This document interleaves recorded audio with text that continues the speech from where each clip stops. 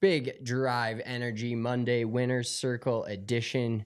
Big Drive Spence here with my brother Mitch, and we've got a special guest kicking off the show today. One of the real winners of the entire week. We have really good golfer Colin Prater, fellow UCCS alum. Thanks for coming on the show and taking some time with us. We have some questions to ask you, obviously. But the first one I want to start with is, are you annoyed by being called the biology teacher? You're like, I have a name and I'm also really good at golf. I'm not just a biology teacher. Did that ever annoy you throughout this whole week? No, not at all. No, I kind of almost accepted it as like my identity. So no, it was good. I love that. All right. Well, then I've got a question for you, a really hard-hitting question. Can you give us the 6 steps to the scientific method? Ooh, okay. Yeah, my freshman bio kids are gonna probably roast me on this one, right? But first of all, right, you have to formulate a question. So you got to think about what it is exactly you want to do some research on. So formulating a question would be first. Secondly, you have to come up with an hypothesis. So you have to decide what are you trying to figure out, right? And you have to take what we always call as like an educated guess. And then there's this pretty much unlimited cycle of you're testing things, you're writing down your observations, you're collecting some data, and you're formalizing or creating some sort of conclusion. And then the process just starts over and over and over again. So that's kind of like the 6 steps. He nailed it. He nailed it. I just Googled 9th grade biology flashcards, and that was the first one that came up. So you nailed it. Well done. Thank you. Thank you very much. That sounded like my high school teacher. Like that was giving me a little bit of like PTSD. Like I feel like I have homework that's late all of a sudden. One other science question. What is your favorite element on the periodic table? Ooh, okay. So it's really tough to decide between like carbon, oxygen, and hydrogen, because All pretty essential. yeah, well, they're all the bases of your macromolecules, and macromolecules make up living things. But pretty much to have any sort of organic material, you need carbon. So I would definitely say that carbon is the most important, and I think it's neat because it can be coal or it can be diamond. So I like that answer. I was gonna say beryllium because isn't there putters made out of beryllium? Like, hasn't Scotty Cameron made a few beryllium putters? yes, you are correct. Yeah, metals are super unique. Hell yeah. Well, I don't think you were expecting us to hit you with science questions, but let's get to the U.S. Open because obviously it's been a whirlwind. We've seen your name all over the news. It's been really cool to follow being a fellow Coloradan and seeing you, get through. But give us a little synopsis of what the last 2 weeks looked like and if you're just going to sleep for like 3 days straight now that it's all over. Yeah, it's been crazy. Pretty much ever since the longest day in golf. Um, it's been a jam-packed 14 days, for sure. So played really good. Got a spot in the U.S. Open. Did about a gazillion interviews, and everyone kind of latched onto the story of the teacher making it to the U.S. Open. And then, crazy enough, the last week was probably one of my fastest weeks of my entire life. Getting to Pinehurst, hitting golf balls next to Wyndham on Sunday, playing a practice round on Monday with Zalatoris and Thagala, playing with Wyndham and Hubbs on Tuesday, playing with Spieth and Burns on Wednesday, then playing really poor golf Thursday and Friday. And being a fan Saturday, and then I was on 18 green last night. I actually have a video. I'm probably like 30 feet away from 18 green when Bryson hits the bunker shot and makes the putt. And then caught a 5 a.m. flight this morning out of Raleigh, and I've been up since 12:30 Eastern time this morning, so I'm running on fumes right now. Well, Holy I could, cow. Well, yeah, we appreciate you doing this because I know you're running low on sleep. So that was another one of the questions we had too, was like playing with all those different guys that you mentioned. We actually just had Hubs on like last week, but did you ever get like starstruck? Obviously, you know, Tiger Woods, but who is another guy where you're like, holy shit, like I'm playing a practice round with, you know, Jordan Spieth or whatever? Yeah, Spieth and Burns were really good to me. They were just kind of like normal guys. Same with Zalatoris and Thagala. Um, Wyndham's Wyndham, right? So he takes golf real serious. Yep. I think I was pretty much a fly on the wall to him. But Hubs was a super awesome dude, like very laid back, very chill. Um, yeah, it was just really crazy. I mean, I got to meet Rory and like shake his hand, and he gave me a little bit of advice in the tunnel underneath Pinehurst. Yeah, it was just crazy. I mean, to see Sergio and Adam Scott, guys that I've watched play on tour for 20 years, and tried to do some things that they do so well. yeah. Did you Um, ever think to give it, Rory some advice on the 3-footers? He was giving you advice. Maybe you should have shot some back at him. yeah, yeah. I mean, right? That's tough. I've never obviously had some putts to win a major championship, but yeah, coming down the stretch there, you feel something a little bit different, and maybe you don't go through your routine, or maybe you start thinking about it, or your mind kind of goes blank. I don't know. It's tough to see that happen, especially kind of he's been so close the last couple of years. But kind of like DeChambeau said, he's gonna win at least a couple more majors. He's too good. Yeah, there's a few Yeah. coming down that he's about to win again, I feel like. I had a quick question about so the practice rounds, you were talking about that. You got to play with some pretty high level names. What does, because people actually asked us, and, you know, I've just been just a hair short of quite a few tour events in my day. But like, what does a practice round look like in terms of are you hitting one ball off the tee and then, you know, you see guys putting like little holes down, practicing around the greens, you kind of have an idea of where flags are going to be, or is it just like practicing to certain areas, and how many balls are you hitting at on a hole in a practice round?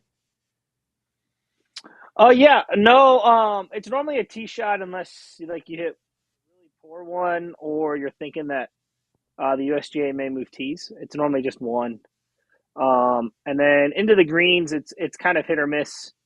You make a real poor swing, you can hit another one, but like I said, maybe you're hitting a couple different clubs off the tee, so you want to kind of see how does 7-iron react into the green versus, let's say, like pitching wedge or gap wedge. And then they gave us all the pins from the 2014 U.S. Open, and crazy enough, they were all the exact same. The 2024 U.S. Open used the same 4 pins that the 2014 U.S. Open did. So, I mean, obviously, right? It's a pace here or a pace there. But for the most part, that we pretty much already knew where the pins were going to be. So then you're just practicing to those pins. So they had 10 years to mull over the last US Open, and they decided to roll out all the exact same pin locations that they did 10 years ago. That's kind of maybe the USGA in a nutshell for you. But let's just go back to your qualifying, because you qualified, you went through locals at the Broadlands, correct? So we played the Broadlands in high school. I haven't played there in at least a dozen years. But good track. I actually remember enjoying it in high school. And then so you go up to sectionals in Bend, Oregon. So tell us a little bit what sectionals were like, because you got in shooting 3 under, which obviously is very good, but you know, at Hub's sectional, he shot 15 under. I think 7 or 8 under got through. So give us an idea, because I've heard Bend is an awesome spot for golf. I've never played up there, but give us a little bit of an idea of the style of golf that there was in Bend, and if that was your first choice for a sectional, because I know they give you kind of a list. You select 3 and then you kind of get thrown in one once you get through. So was that your first choice? Yeah. So funny enough, I never even been to Oregon until the day before. So flew to Portland Sunday morning. Drove 3 hours from Portland to Bend, and then I got sick at the golf course. That was pretty awesome. So I had the flu. So the practice round was real miserable for me. I So pretty wait, much was would this hit a your shot. flu game then? Yeah. That's awesome. Holy Yeah. cow. So my caddy was hilarious because I would literally get out of the cart, hit a shot, jump right back in the cart. I was wearing like 3 jackets, rain pants. It was like 65 degrees. Like it was miserable. So yeah, 45 guys for 2 spots. Course played really tough. It was probably 7,600 yards. It was 55, 60 degrees. The wind blew 30 the whole time. The greens were concrete. So played my first 9 and shot even. So I wasn't playing super great, but kind of was getting the golf ball in the hole. Played my middle 9 of my first round, 4 under. So I was tied for the lead with Davis Bryant from Colorado after 18 holes. And then I played the back 9 again right after and shot 2 under again on the back 9. So I was 6 under with 9 to go, and realized I had a 3-shot lead and was 4 clear a third, and maybe a little bit of nerves set in. And I just stopped playing the golf I had played all day. So I made a couple dumb mistakes and made a couple bogeys, but thankfully it was good enough. So very similar to Colorado in that bent grass, a little bit more grain than what we're used to here in Colorado, but for the most part, real similar. I mean, it's a Nicklaus design, so he likes to make it super intimidating off the tee box, and so you really have to drive the golf ball well in order to score.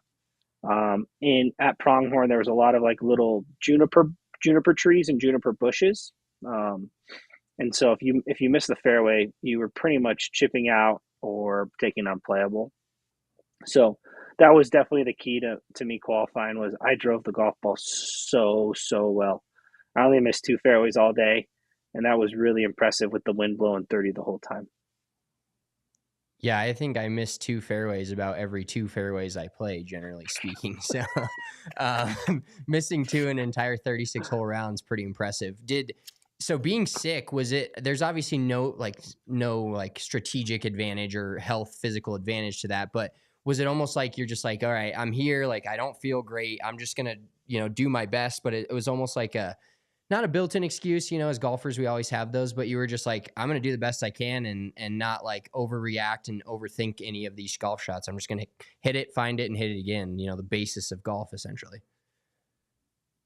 Yeah, well, I really think it kind of helps you lock in because you can't waste any energy. My caddy went and got me Chipotle the night before, and that was obviously slapping as always. And I took a bunch of medicine and drank a ton of water and got to bed early. And so I woke up feeling a little bit better, but I was definitely like not at 100%. So I just knew I had to kind of lock in real early. I rolled the golf ball really well. I made some really important clutch 8 to 10 footers for par pretty much the entire first 18 holes to kind of keep my momentum going. And then really, to be honest with you, I was never really nervous until those last 9 holes. I was just playing golf, and I think that's honestly what led to me earning a spot was just trying to turn it into another round and stick to the game plan we created, and get a little bit of luck too.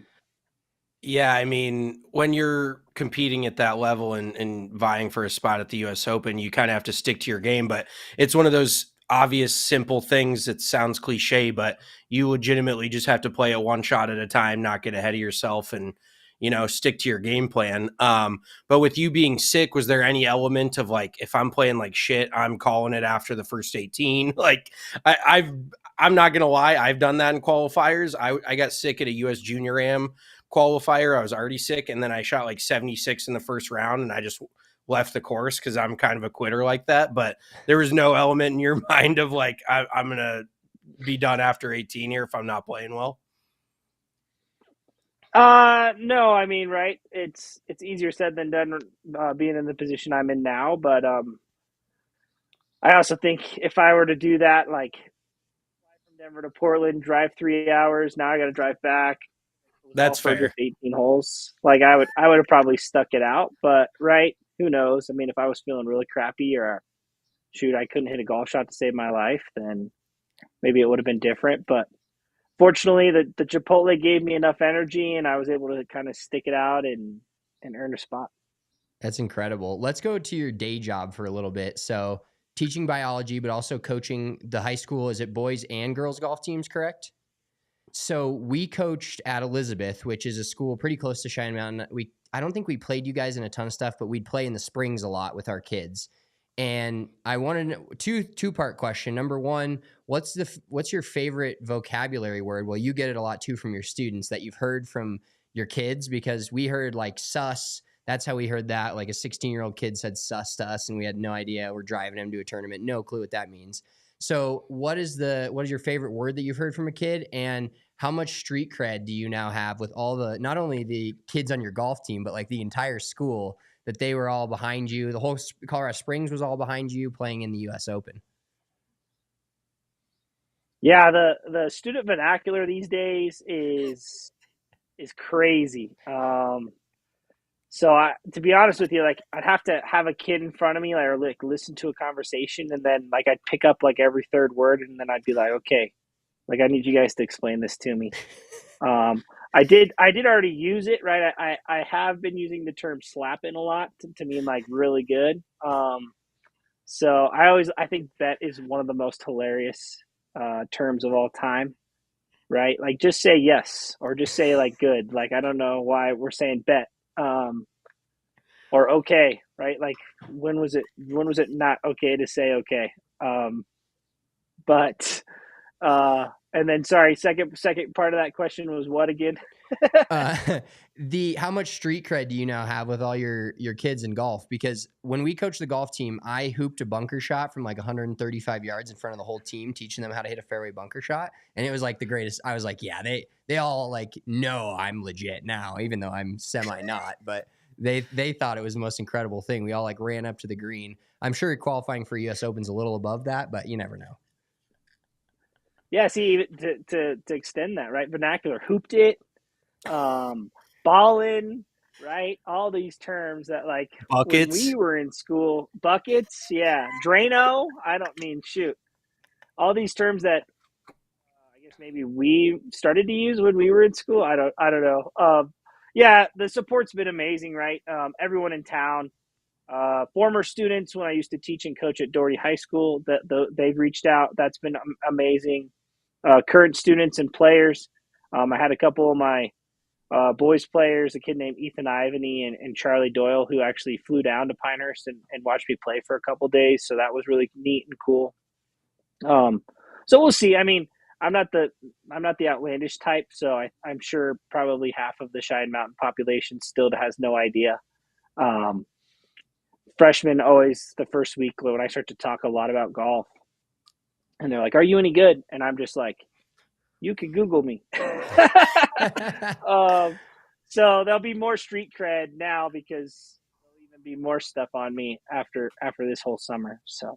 Oh, yeah. Well, speaking of bets, real quick, I got to get to one of our ad reads, and that's Bet365. Use that code ALLCITY at sign up, and you get to choose between two offers of first bet safety net of $1,000 or betting $5 to get $150 when you use that code to sign up. We bet golf each week with Bet365 on the Each Way. As some of you know that follow us on social media, we hit the winner this week, Bryson DeChambeau. I also had Hideki Matsuyama in the top 12, so shout out to me. I carried our card this week, but make sure you use Bet365. They are the best app to bet golf.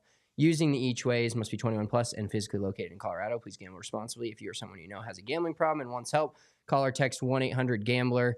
Must be 21 plus, obviously. Also, for this next new sponsor, must be 21 plus, Lucy nicotine pouches.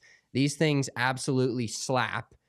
And we got ours in the mail. I am a big fan of the apple ice. It's my favorite flavor. I've gotten through all of them. The espresso is really good. I say espresso. I don't say espresso. Espresso.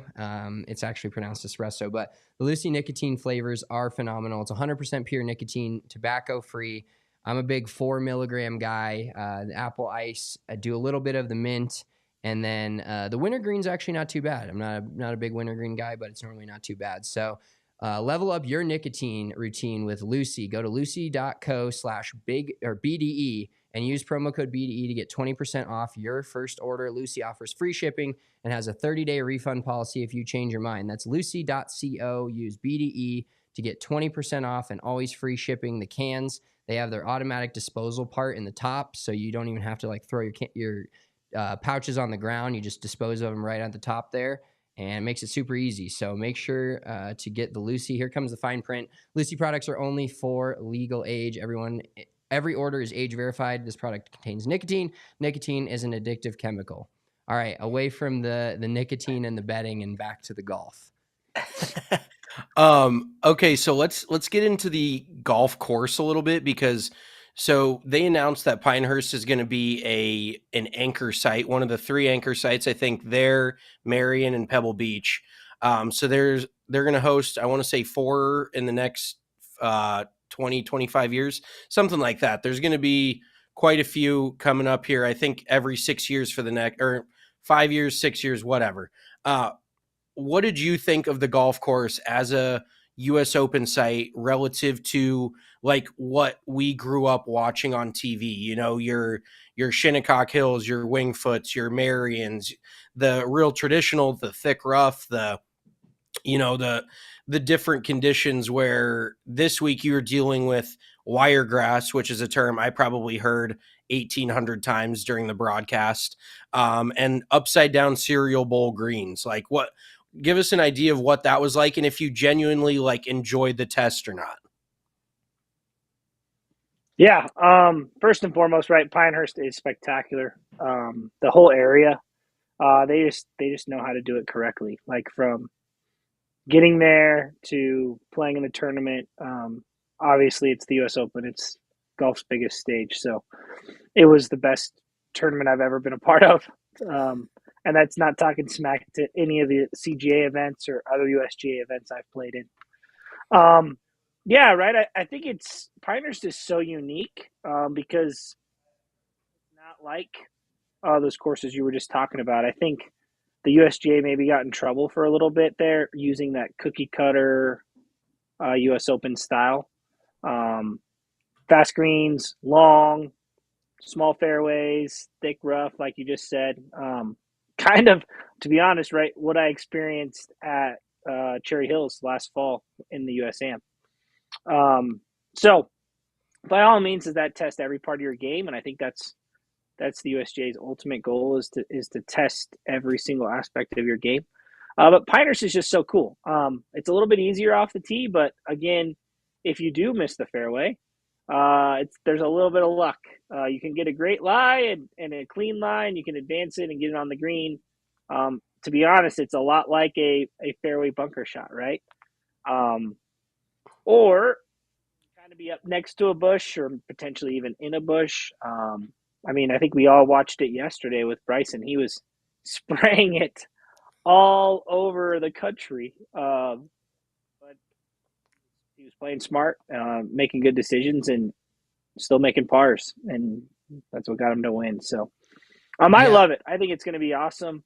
Every 5 or 6 years, I think it's a little bit different. So demanding as far as your iron play is concerned. So that's what I think what makes it such a great U.S. Open track is you have to be perfect. Like there's no two ifs, ands, and buts about it. I was joking with my caddy that I played multiple holes this week where I hit the drive exactly where I wanted to. I hit the iron shot right on the green where I wanted to. I hit the chip or the long putt exactly how I wanted to. And I still made bogey. So that's just, I mean, I think that's stuff that's going to happen when you play in a U.S. Open. I was telling multiple people when they asked me about what kind of test it was, and I was like, there was such a fine line between hitting a good shot and hitting a poor shot. I could hit a putt and I could feel like I hit it a little bit too soft and it would come up 6 feet short. I hit that same putt again if I could redo it and hit it a touch harder and it would go 7-10 feet by. So I think that's what I wasn't just prepared for mentally, is how precise, how perfect you had to hit every single golf shot in order to go shoot. close to par, I guess. And I wasn't. And every time I wasn't, Pinehurst's teeth kind of stuck out and grabbed me, and I made a bogey or made a double. So I love it. I think it's awesome. I think every 5 or 6 years, them going back there is going to be spectacular. And it'll be interesting to see the players that come up. Like, can their game translate to Pinehurst, especially if maybe, let's say, they're kind of on a heater, very similarly to like Scotty Scheffler currently. Um, he wasn't 100%, so he didn't have a chance to win. So, and I think that's what the U.S. Open wants. They want excitement. They want energy. They don't want just the favorite to always win. Yeah. So talking about the, the Wiregrass, like we heard the buzzword a million times, but was it basically like it felt like every drive you hit that wasn't in the fairway that you could tell was offline, you don't know what you're dealing with until you get up there. Cause it could be almost an easier shot from some of that, just like basically kind of a little hard pan, almost like a fairway bunker, or you could be right behind it where you have, and I was impressed with Rory's second shot on 18 yesterday, because that was basically screwed right behind the Wiregrass. I didn't think he'd be able to advance it forward. He ends up hitting it just in front of the green, but it kind of like you almost got like a pit in your stomach every time you hit one offline off the tee, because you don't know what it's going to be. Could be great, but it also could just be a disaster if you're 4 feet off the fairway. Yeah, absolutely. So I was lucky enough to play in the 19 amateur there. And that's when they had just pretty much planted the Wiregrass. And balls would land and go in the bush. And I think that's what made it kind of difficult, because the bushes weren't very large back then. This time around, I never saw a golf ball all week that was actually like in a bush. It just happened to be like where your golf ball was in relation to those bushes, right? So if the bush was outside your golf ball, then you were fine, clean lie, easy peasy. If it was in front of the bush, you at least could get good clean contact on it. I think the difficulty was for guys is when that golf ball was directly in front of a bush, or if it was like on the inside, and it could like kind of grab your shaft. I had a shot on 5 when I made triple, and I did everything in my power to like hold the face open and hit this big high cut, and I hit a 60-yard snap hook like into the woods. um, and I mean, I guess I probably should have just taken out like sand wedge and chopped it like 50 yards down the fairway, but I was trying to hit it up next to the green. So, yeah, exactly like you just said. It forced you to want to hit good golf shots and hit good tee shots, because it was literally like spinning a roulette wheel when you would get up to your golf ball. Yeah, that it looked like it was pretty much just a crapshoot whether, even if you hit the fairway, it could run off into the Wiregrass. I think Victor Hovland had one shot this week that like levitated. It sat up in one of the bushes, like 6 or 8 inches off the ground, and he had to like basically hit it like a low fastball. It was just floating up in the air. But that was really the only one I saw stick in the bush. I did look at like strokes gained, and I saw the different stats from the week, and it looked like you were pretty close to zero in most things besides putting. It looked like putting was like the toughest thing for you. So would you say that, like, and obviously, how much would you attribute that to like knowledge of the golf course or lack thereof, just kind of playing it relatively speaking for the first time in a while? Or would you just say that the conditions were that hard and like everybody was putting it pretty poorly? Yeah, I putted horrendously, to be honest with you. I had never putted on Champions Bermuda before. So them rolling at about 14, there's a little bit of grain. Sometimes you may not know, is it uphill, is it downhill? And I burned a ton of edges, to be honest with you. Like, I hit a lot of really good putts that just didn't go in. I pulled a lot of Rory's, if you want to use that vernacular. Where 5-6 feet out, I think it's right in the middle of the hole. Yeah. Looking at my stats for the first day and realizing I lost 4.8 shots to the field in putting. That's a pretty. I guess that's a hard pill to swallow, because I really didn't hit the golf ball that bad, even though I kind of thought I did. and it just tells me like something that I need to work on. Putting is normally like the strongest part of my game, and I think I just kind of I let the moment and maybe the nuance of playing in the U.S. Open, and not being very familiar with those types of greens and that type of atmosphere, kind of get the best of me. I was going to say that you could look at it from the other side where you actually hit the ball as well as, the average guy at the US Open or, above that, which is the best ball strikers in the world. So you can kind of take that positive way. You're like, hey, I hit the ball pretty freaking well. I just couldn't putt for shit, and everybody has those days where, you're making everything, but you maybe only have 3 or 4 decent looks at birdie all day because you're hitting it poorly. And then on the other side of it, you could keep giving yourself looks and make nothing. So that is just kind of the epitome of golf. But I think you have a little bit of an excuse because those greens looked like just about the hardest thing you could possibly putt on.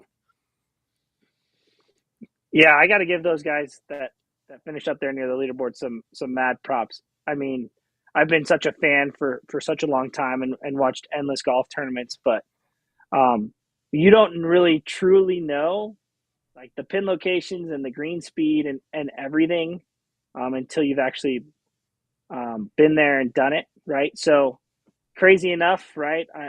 I have mad respect, for all those guys and what they do on a week to week basis. Yeah, well, speaking of mad respect, we want to give you some mad respect too, because everybody that's like a kind of a generic golf fan, right? Just your average player, average guy that shoots 90, sees 29-year-old biology teacher qualifies for US Open. And then they're like, oh, maybe if I practice really hard. We have a running joke. We used to work at a course and this guy came out and was shooting, no joke, 90, had like the old Ram irons. And he's like, I'm gonna be on the Corn Ferry Tour in 4 years if I just practice enough. And I'm like, okay. And so we used to call him Corn Ferry behind his back. But you were a 4-time All-American.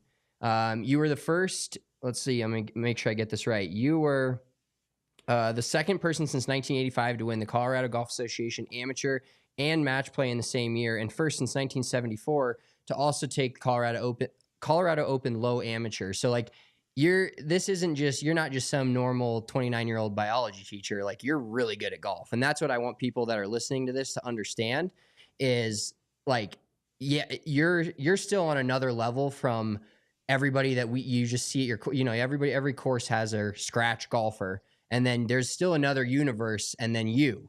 And so I want to give you some props for not only qualifying, playing 2 days at Pinehurst in the US Open, but you, like I said, 4-time All-American. You went to UCCS. I want to talk about that just for a little bit because I'm a UCCS alum as well. I was in the PGM program, so you guys were the actual golfers. They were like, oh, you play golf in college? I'm like, well, we played on Fridays in some like dick around tournaments, but we're not like being recruited and going and playing. And, you played in Alabama. You guys played in national championship down there in Alabama in 2018. So what was it like going to UCCS, and how do you think that helped your golf game? Because you started at Colorado Mesa, went for a year, and then went over to UCCS.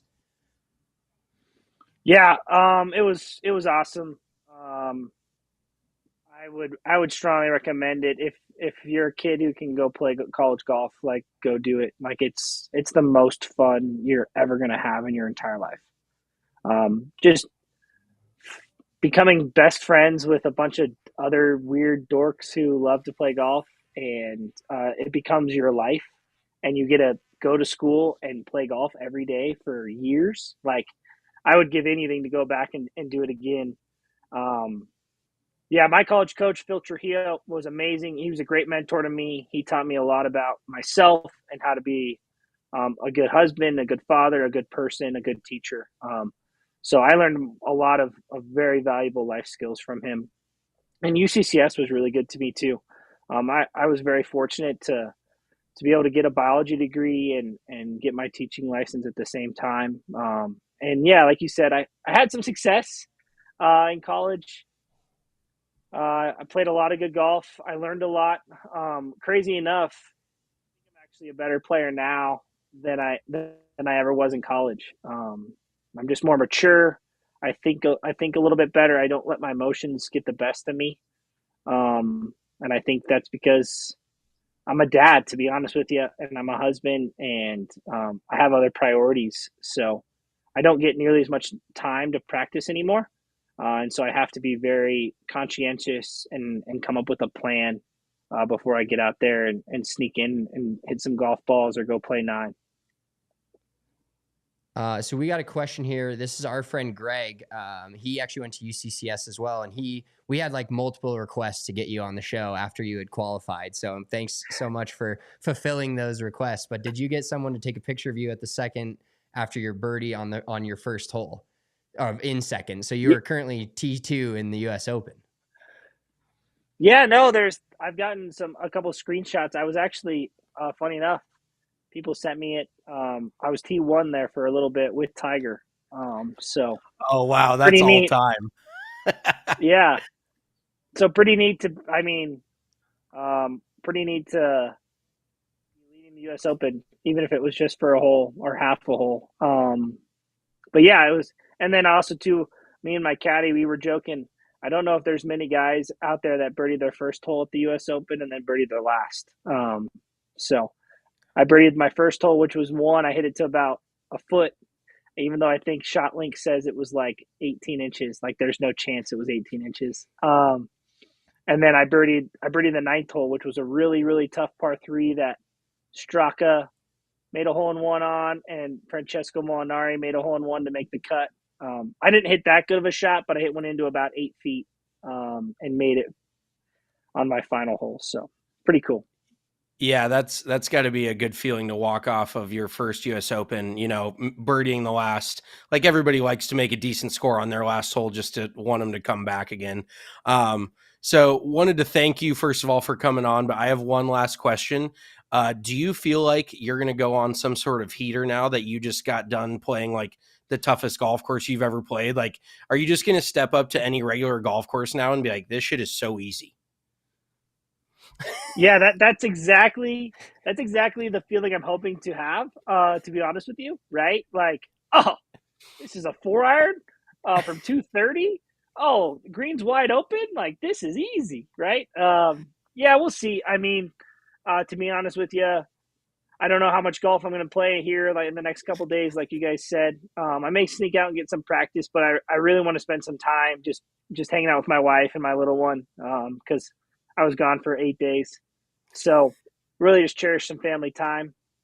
But yeah, then to be honest with you, it's nose back to the grindstone, trying to prep and get ready for really the USAM, which isn't until the second week of August at Hazeltine. But I'm fully exempt into that as well as the Mid-Am. So those will be the 2 real big tournaments on my plate this summer.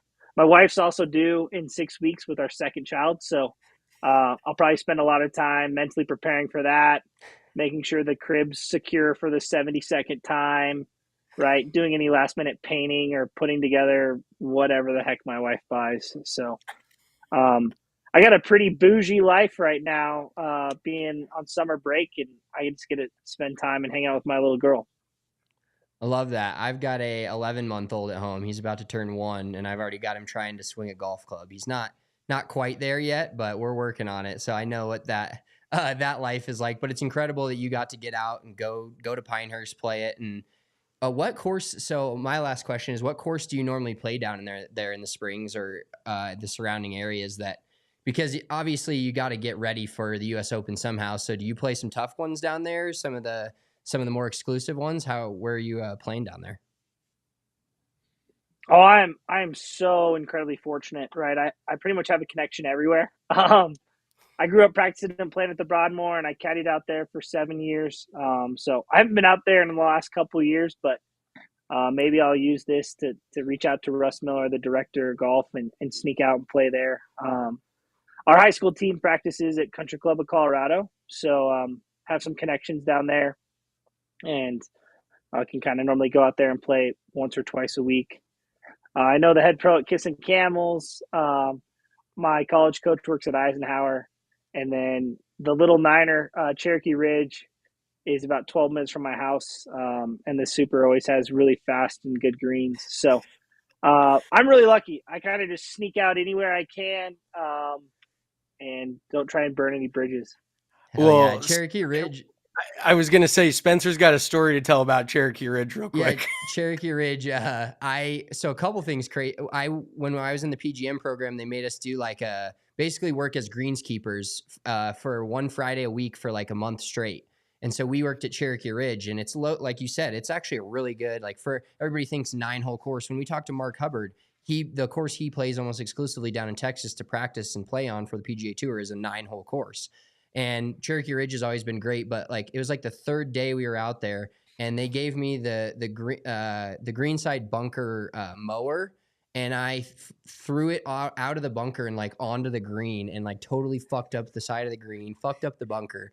And yeah, you so like scalped the green, right? Yeah, I scalped the green, so they were just like, okay, well, you're gonna be fucking rake exclusively from here on out. So, and then like the third time we were there, or the last day we were there, it was our last day. They were like, we only had like 2 or 3 hours left to work. They got broken into the night before. Somebody stole like the entire pro shop of clubs and all the shit. So they were just like, hey guys, you guys can go home. We don't need you. We got other shit to deal with than you guys scalping our greens. Yeah, no, Cherokee's awesome. It's amazing. I've been out there probably the last like 5 or 6 years. So I got to add to my total. I got 10 hole-in-ones out there, so I got to add to that total. Jesus. Holy shit. That's a large number. Well, and I was also going to mention, if you grew up playing the Broadmoor, then Pinehurst greens probably looked like a walk in the park, because those are the craziest greens I've ever played on in my life. I actually played a few U.S. Open locals probably 7-8 years ago on the East Course, and it was the biggest. I made the turn in 1 under one of the times and ended up shooting like 78. And I've never putted on tougher greens, so that might explain why you're so good with the flat stick. Yeah, no, funny enough, 2015, there was a local qualifier out there at Broadmoor East. I had 21 putts. I hit 6 greens, had 21 putts, and shot 3 under 68, and made it to final qual.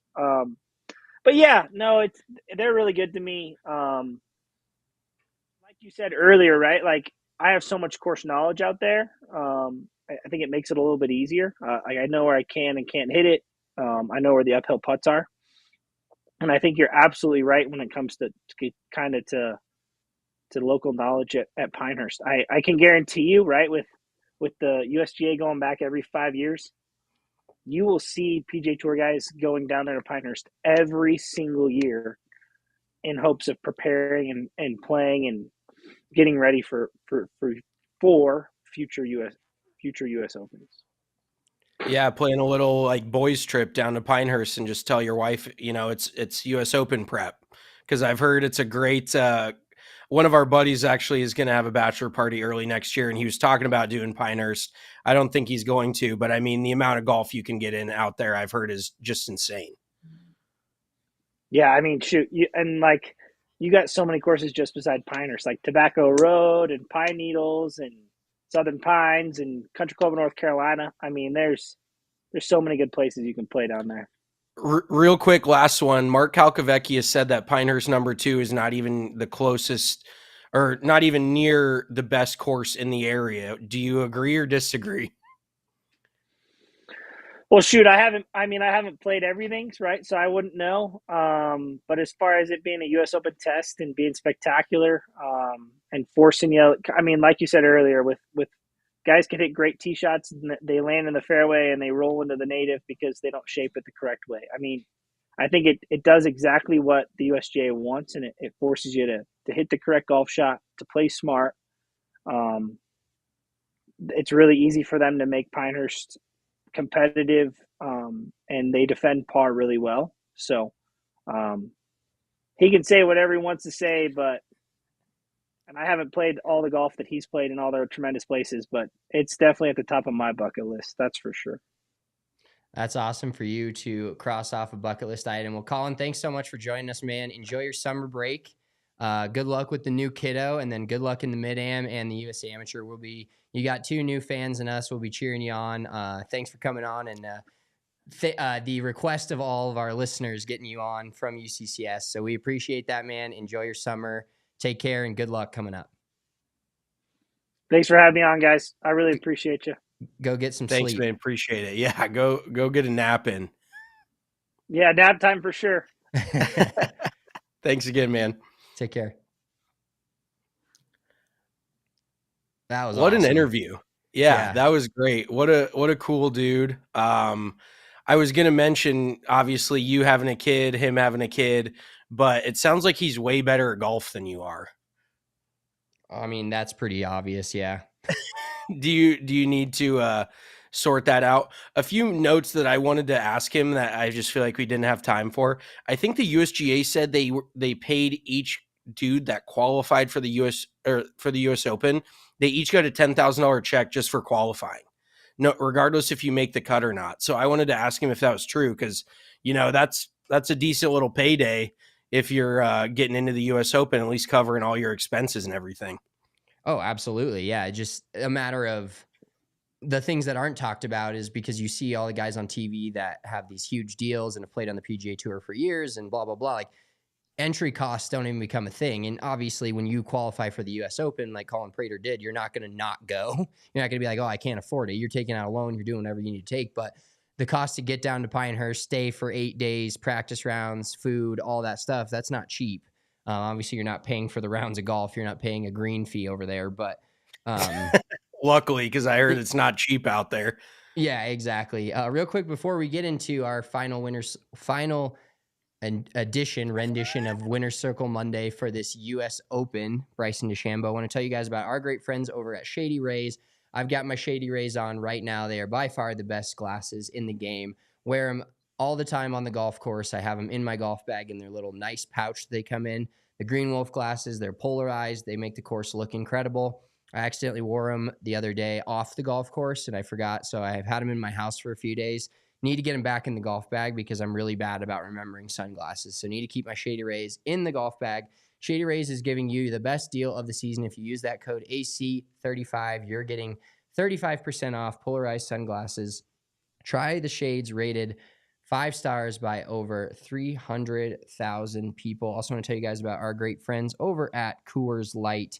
Coors Light, when you need a moment to chill, drink a Coors Light. I was drinking plenty of them this weekend, Father's Day, U.S. Open, working from home Thursday and Friday with the U.S. Open on, babysitting or doing whatever I was doing. But definitely get yourself a Coors Light. They're by far the best beer, the best drinking beer for the golf course. They've got the twist off cans so it doesn't spill all over your golf cart and all over the cup holders. Coors Light is by far our favorite beer, the only beer that we drink, especially on the golf course. It's not too heavy, not too light, still gets you the nice kind of drunk.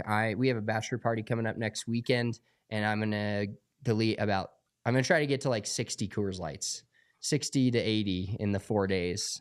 Responsibly. 60 is actually a lot. That's when I divide it by 4 days, kind of 3.5 days. Let's go for 40. Let's go for You're 220 packs.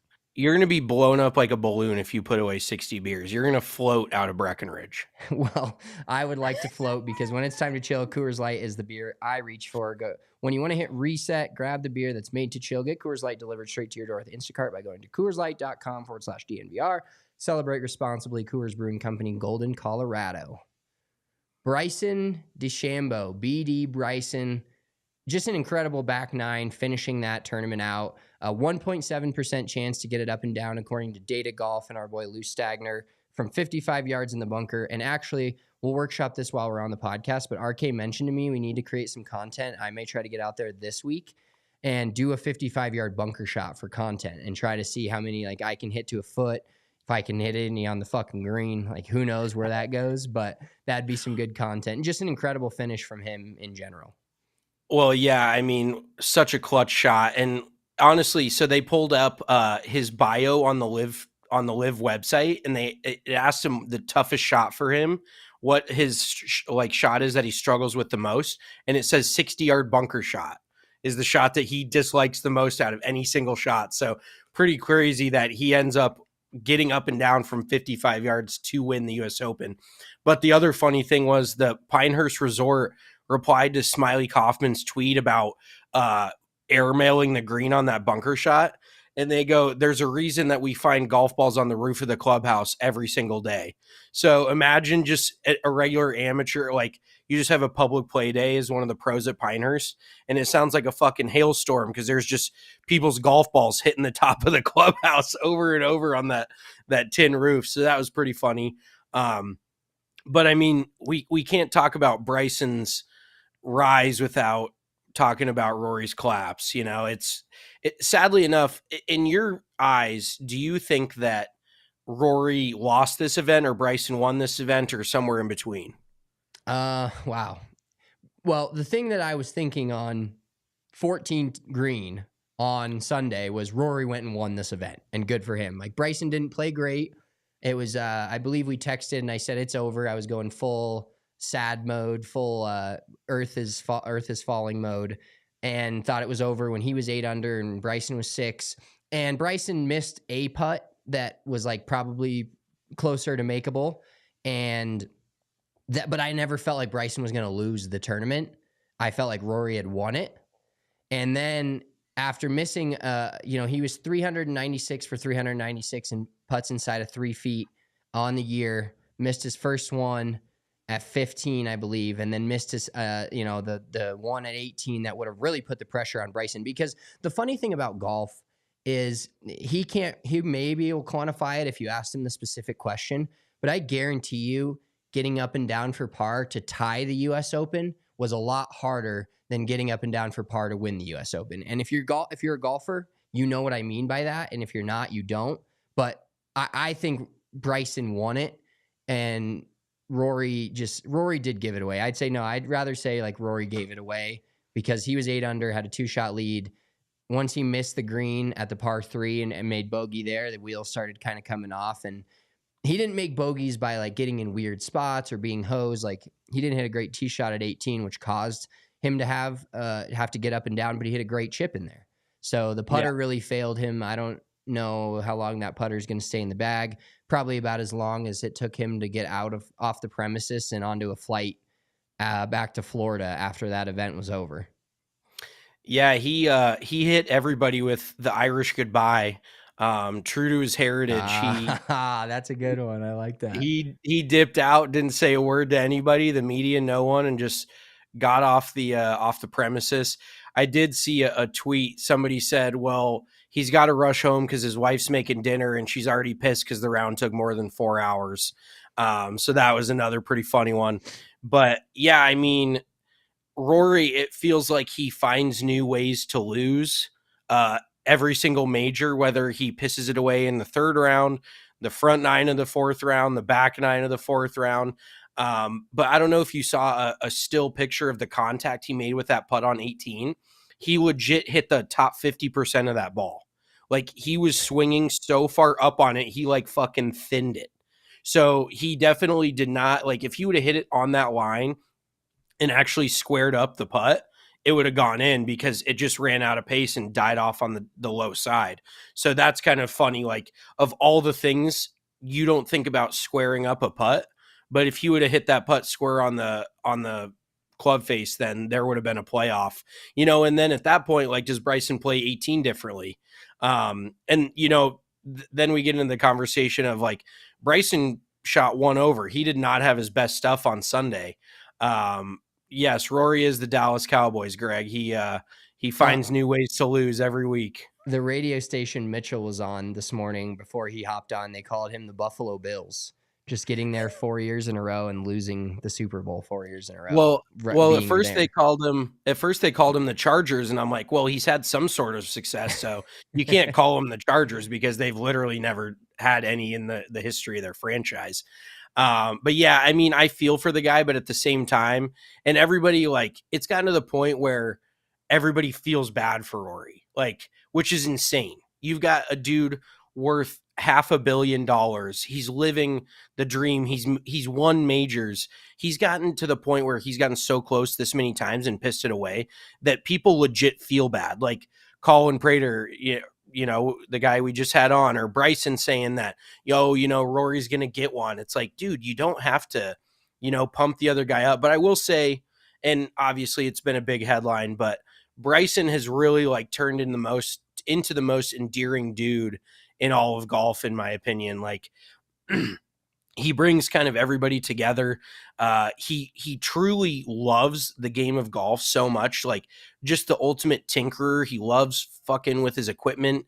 By the way, let's get into the names of his equipment real quick. I think he named, was his 8 iron? Was it 42 for honoring Jackie Robinson. Like, the dude is just the biggest square in the world, to the point where you can't do anything but just appreciate how big of a nerd he is. Here we go. So the 3-iron Gamma, third letter in the Greek alphabet. The 5-iron Azalea, favorite par 5 at Augusta. The 6-iron Juniper, 6th hole at Augusta. 7-iron Tin Cup, Tin Cup's favorite club. 8-iron 8-ball, enjoys playing 8-ball. I know a lot of my friends that enjoy playing with 8 balls. 9-iron Jackie, 42 degrees, honoring Jackie Robinson. Pitching wedge Herman Kaiser, 46, the 1946 Masters champ. Gap wedge Jimmy Demerit, 1950 Masters champion, 50 degrees. Sand wedge Mr. Ward, Harvey Ward, low am at the 1955 U.S. Open. Can you imagine, like, fucking kicking your sand wedge, snap it in half? Goddamn, Mr. Ward. Like, you get it, like Adam Sandler and fucking Happy Gilmore. He like gets up in his face and he's like calling Mr. it by Ward. its first name. And then his lob wedge King, honoring Arnold Palmer. I will say, I think that list is a little bit old, and specifically for the reason that there's no way his 9-iron is 42 degrees now. I think it's probably somewhere in the 35 degree ballpark. And I'm not shitting degrees. you. Dude, I'm not shitting you. He has them like cranked down like 6 to 8 degrees because and I guess from what I heard, like the actual definition of why he does what he does with his irons and their lofts and shit is he's trying to dial in apex. So he's trying to get ideal apex launch and shit. He's going like third dimensional rocket scientist type shit, where he's actually worrying about how every club launches. He doesn't care what loft it is, as long as it's launching at that certain number and getting to that certain apex height. So it actually kind of makes sense, but it's absolutely insane to like. Have you ever once thought about like hitting a club and you're like, wow, that's coming off, like that's exiting a lot higher than I'm used to? Like, does that ever cross your mind? Or is it more just, I think for you, it's more of just a directional thing. Like if you look up and it's going at your target, I don't think you really give a shit. No. And Michael Kim tweeted something about Bryson's clubs and was like, they're so upright and so obviously all the same length and the grips are so fat. He's like, it would take me multiple rounds to even get remotely close to hitting the ball in the center of the face. And he, he talked about the salted balls, finding the apex point where the weight is and putting a dot on it so he knows. I mean, this guy's just next level. And the way I kind of described it to people is people were annoyed with Bryson because he was the smartest guy in the room or had that aura of the smartest guy in the room. There's that fucking term for you again. But now that everybody's trying to use analytics, he becomes cool, and his personality is now very YouTube. He's funny. He was, he said something to the crowd in the middle of a Saturday round. Was like, I'm laying up, don't boo me. Just that humanized part of it has helped make his rise for how people have done a 180 on him, including both of us. But I think what's helped is there's so many numbers in golf, and everything is TrackMan and how far am I spinning it, and how my my apex flight, my ball speed, and my trajectory and all this stuff, that he was the one that kind of started this. And now everybody's like, I guess he was right all along. And being douchey is, that's tough to, some people may still think he is, whatever. I think him losing the fucking Payne Stewart hat, as much as shout out to Payne Stewart and the SMU product, and won the, US Open here too as well. Losing the hat helped him a lot, helped him a good bit and he wears this, like those foot joys that just the comfy foot joys, and he wears the same shoes every day. I respect that too. He's not like he's making enough on Live. He doesn't need these clothing deals, but just wearing the same shoes every day, wearing a normal hat, I think I enjoyed that. Yeah, he's definitely a form over aesthetic, or function over aesthetic type of guy. He likes to wear what's comfortable, and he actually does look pretty good. Not gonna lie, he's a pretty good looking guy. Like he I may have a little bit of a man crush on him at this point. But watching the dude hit those irons, like you mentioned, they're so upright. And then you take into account, you're watching him hit that 55-yard bunker shot. He's swinging a lob wedge a wedge that's the length of a 7-iron in that, trying to hit a bunker shot with that. Like obviously it works for him, and he hit a fantastic shot and got up and down, won the US Open. But I feel like I would hit 6 inches behind that ball. Obviously he's a taller dude, whatever, and he's used to it. But another actually a little piece of insight that I found interesting is he was talking to Johnson Wagner after the round when Johnson Wagner, the icon, was in that bunker trying to pull off that shot. He Bryson came up to him, and just the coolest dude ever. But Johnson Wagner was asking him about how like what was going through his mind when he was trying to hit that shot, and he said, I actually caught it a little bit more cleanly than I wanted to. He was like, I was just trying to play like a massive chunk and run. And he's like, I actually caught it a little bit more on the clean side. So he almost mishit it a little bit. I think ideally it would have come out a little bit heavier and ran a little bit more. Obviously it worked out, but it's just crazy to hear that for the fantastic shot that he hit, it wasn't actually the exact shot he was trying to hit. You know what I mean? Like he didn't hit it exactly how he wanted, and it ended up perfect. Yeah, golf just has a funny way of humbling us, but also sometimes you just get lucky and things happen for a reason. And he got hosed on that approach shot. Did you hear he wanted a line of sight drop and didn't get it on that approach shot on 18? And then he had to do, because he also had that root, which was impossible. And that was like the worst place he could hit it. Because when Rory missed that bunker on 18, they were like, oh, that's a horrible spot to be trying to get that up and down, and then it hit it to 3 feet and missed it. Real quick, so we do have some not breaking news, but Rory just released a statement. He just WD'd from the Travelers, so Mitchell will be at the Travelers next week. We're going to have live coverage from Cromwell, Connecticut, and the Travelers. Shout out to you. But he just WD'd and released a statement here. Quote, yesterday was a tough day, probably the toughest I've had in my 17 years as a professional golfer. Firstly, I'd like to congratulate Bryson. He is a worthy champion, exactly what professional golf needs right now. I think we can all agree on that. As I reflect on my week, I'll rue a few things over the course of the tournament, mostly the 2 missed putts on 16 and 18 on the final day. But as I always try to do, I'll look at the positives of the week that far outweigh the negatives. As I said at the start of the tournament, I feel closer to winning my next major than I ever have. The one word that I would describe my career as is resilient. I've shown my resilience over and over again in the last 17 years, and I will again. I'm going to take a few weeks away from the game and process everything and build myself back up for the defense of the Genesis Scottish Open and the Open at Royal Troon. See you in Scotland. Peace. Yeah, I mean, well, so kind of in nothing to do with Rory, but kind of to do with Rory. I think Mark Hubbard, if one other guy WDs out of the Travelers, he will get in, which we want our boy Hubs in the Travelers. I want to see Mark out there on the weekend, this upcoming weekend in Connecticut. But yeah, I think Rory obviously had to, I didn't know he was going to take to the Notes app. That's when it's real serious, but he probably just could have talked to the media. And in all honesty, like, what was he going to say at that press conference? He gave them more to talk about. He's given the media more to talk about by not showing up to the press conference than if he would have shown up at the press conference. Like, what's he going to say? Yeah, I missed 2 3-footers. Like, what the fuck else is he supposed to do? He's not going to dump his guts in front of everybody on national television after he just pissed down his leg the final 3 or 4 holes.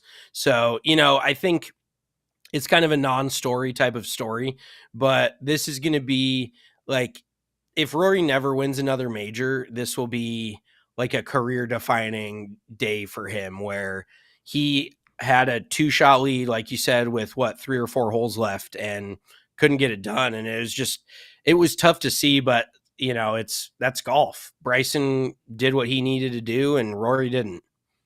Yeah. And shout out to Bryson DeChambeau, obviously very close for winning the PGA Championship, very close to winning the Masters, and now breaks through at the US Open. I'm already looking forward to the Genesis Scottish Open, Travelers this weekend, the Open Championship. We've got the Olympics coming up, so still a lot of fun stuff. Thanks for rocking with us always. If you're watching on the YouTube, give us a thumbs up.